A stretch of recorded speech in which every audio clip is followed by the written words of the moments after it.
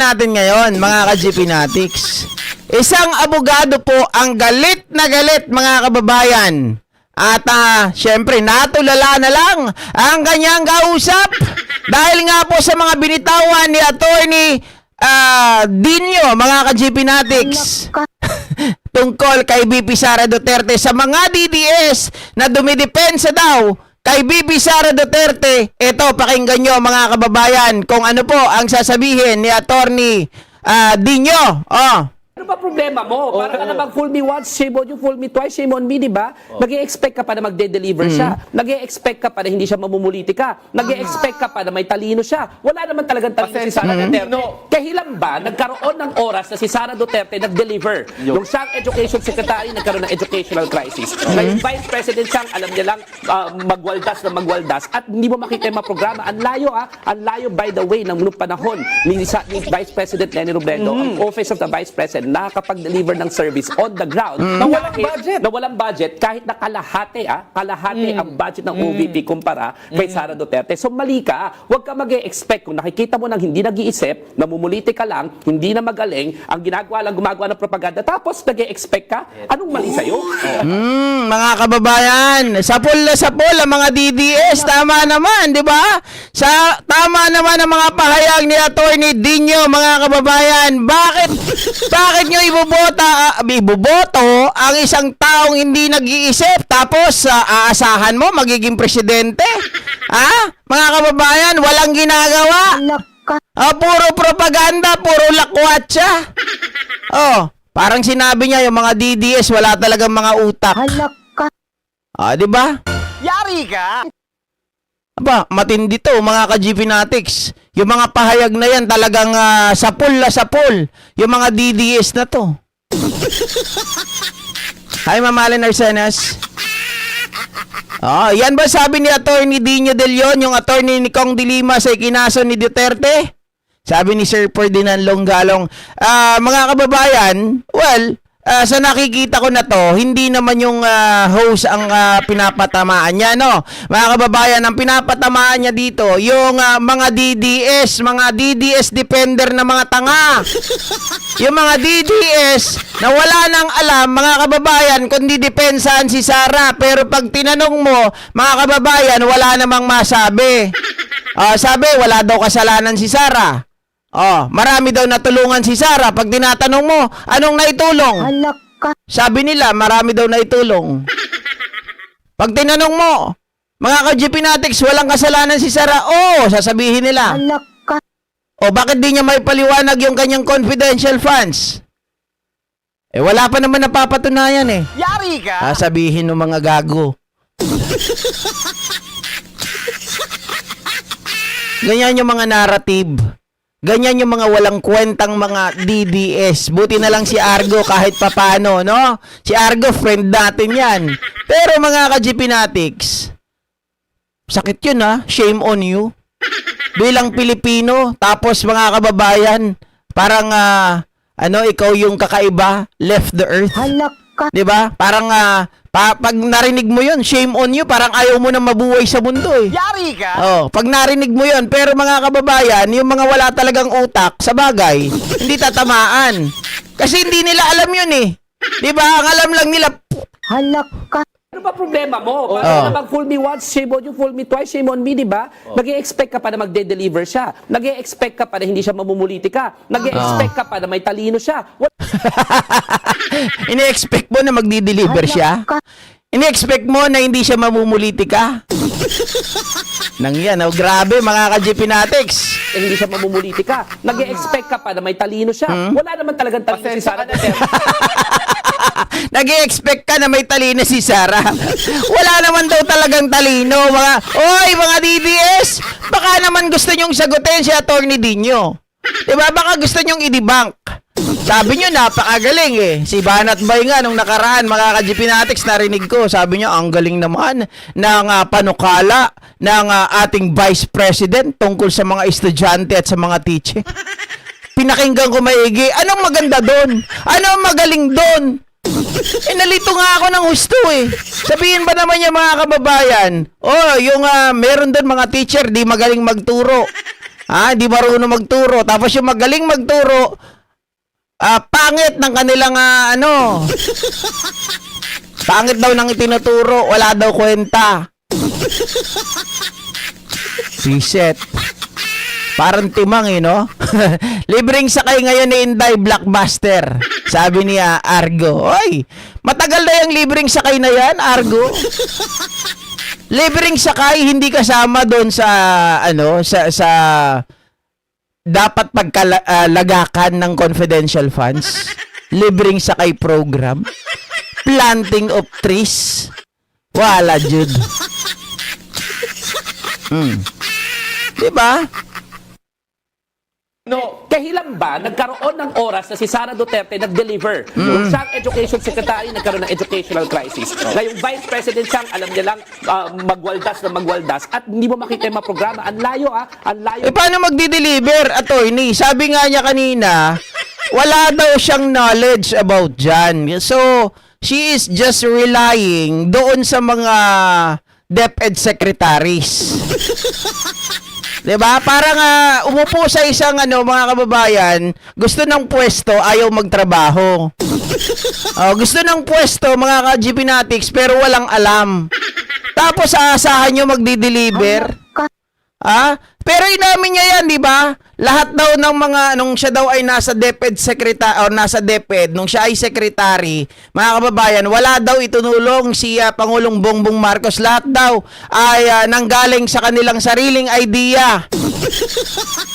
Pinagmalaki pa, pero bagsak naman. Wala siyang diniliver, di ba? Yung book nga lang anong gusto? Pera lang.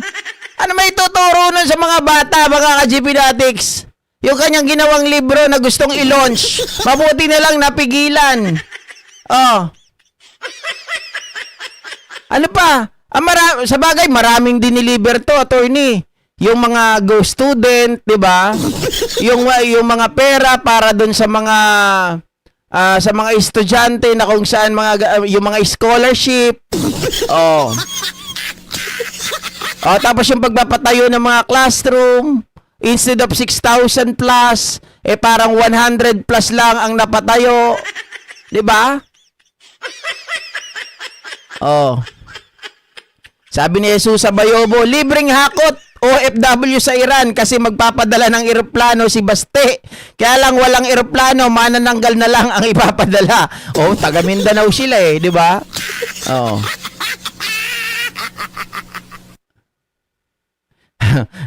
Buwaba na si Sir Ferdinand Longgalong. Hindi ba Ghostbuster Argo libreng sakay ni Sayad?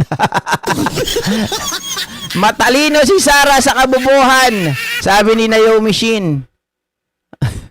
Ito na naman si Sir Smokey, walang sound. Kapapasok mo pa lang, wala ka agad sound. Walang hiya ka talaga, Sir Smokey. Aray ka. By the way, nung panahon ni Vice President Lenny Robredo, ang Office of the Vice President nakakapag-deliver ng service on the ground na walang budget kahit na kalahati. Nung panahon ni Sara, ano ang gusto, mga kababayan? Malaki ang budget. Pinagtanggol pa yan ni Marcoleta. Alam niyo ang ginawa ni Marcoleta noon, mga ka-GP Natics? Wala nang budget deliberation. Sabi niya ganon. Ayaw mo man kay BP Sara Duterte, pero kailangan mong igalang ang ating tradisyon.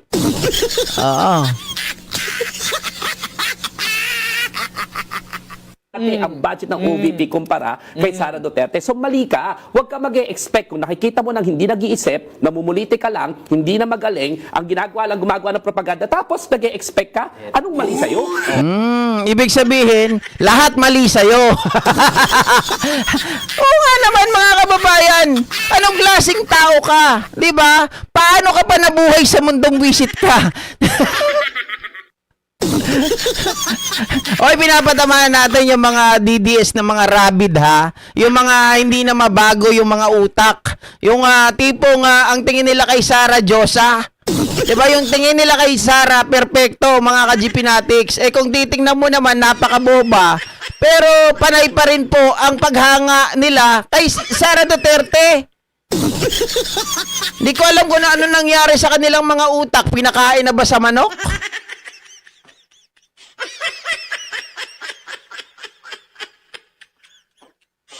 Bakit kaya may mga tao pa rin na gadamunggo na nga lang utak na wala pa? 'Di ba?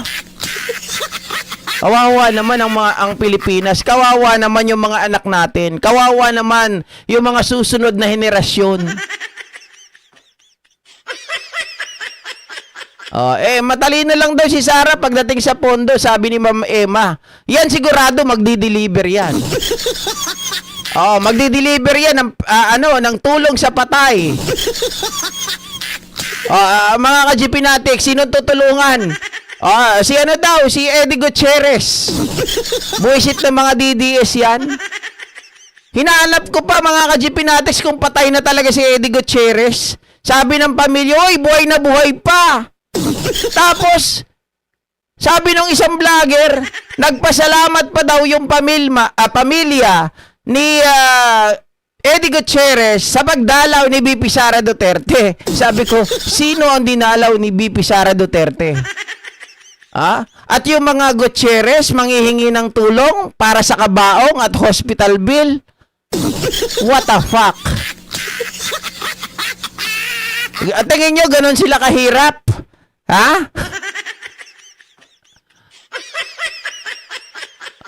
Tama naman. Sabi ni Xi Putin, ano nga ba ang nagawang mabuti ng BP sa bansa? Nagpapalibing daw yata ang may sayad, Saltik Sara.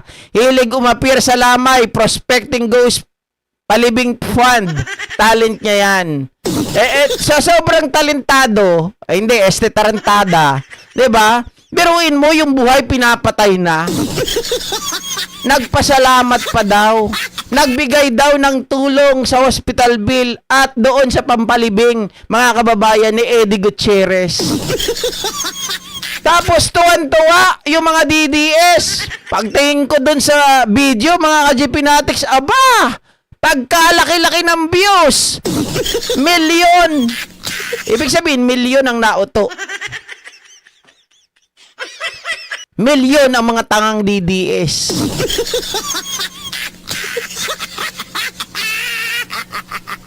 Di ba?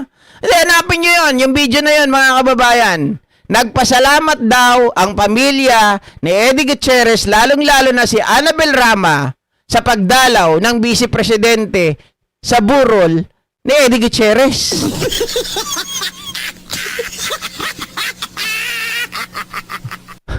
Nagtataka nga ako eh. Paano nagawa yun? Sinong dinalaw? At syempre, sinong dumalaw? Kung tatanungin kung sino yung dumalaw, imagination lang. Sino yung dinalaw? Imagination pa rin. Kaya nga, Mama Margie, mabuti na lang hindi sila dinimanda. Pero kung ako, dapat i-demanda yun. Biruin mo yung mahal mo sa buhay. Pinapagamot mo, tapos inunahan ka pa, buhay pa yung tao, pinapatay na nila. Reyna ng palibing si Sarah kapag may patay nandoon siya.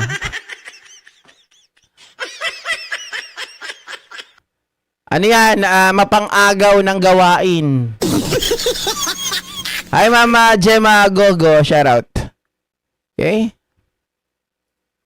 Iwanan na natin yan, mga ka-GP. Wala na ibang masyadong topic ngayon. Ito, pag-usapan na rin natin, mga kababayan.